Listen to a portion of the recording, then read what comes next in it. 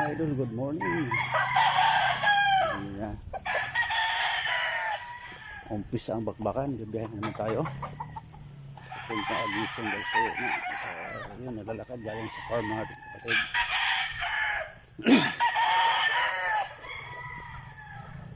Ito, magagandang ano yun. Hindi makita. Ayan. Sorry. Ito yung si bugay-bugay natin yan. Ayan o. Medyo putik. Andan.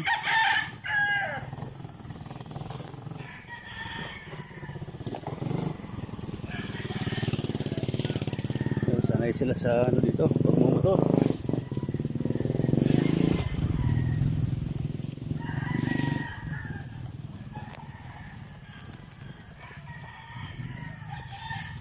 Good morning mga idol, nandito po tayo ngayon sa Davao sa farm ng ating kapatid.